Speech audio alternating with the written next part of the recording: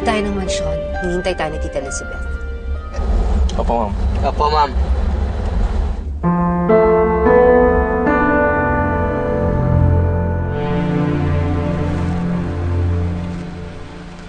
Anong nangyari? Ano yan? May na-aksidente po yata, ma'am. EJ, bumaba ka. Tignan mo, baka kailangan niya ng tulong. Sige na. Yes, ma'am.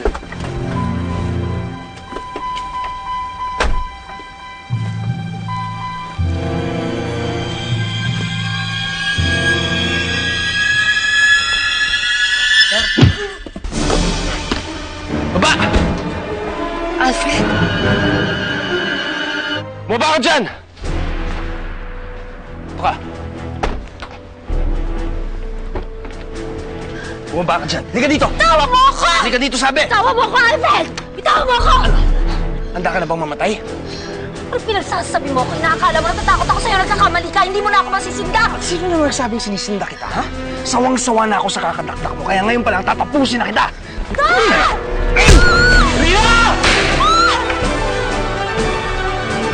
Ano? Kala mo panalo ka na porket nabawi mo lahat?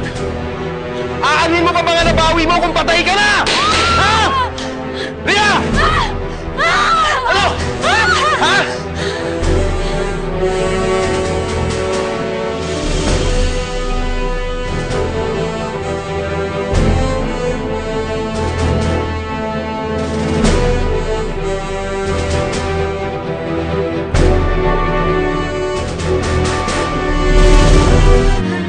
Sana lang nakapagpaalam ka lang mabuti sa mga anak mo. Dahil hindi mo na sila makikita. Ngayon, Rina, magsama na kayo ni Benji sa impyerno!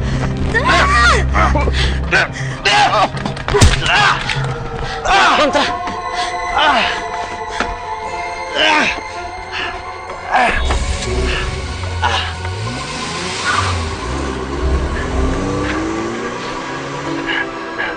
Yung ko po, ma'am!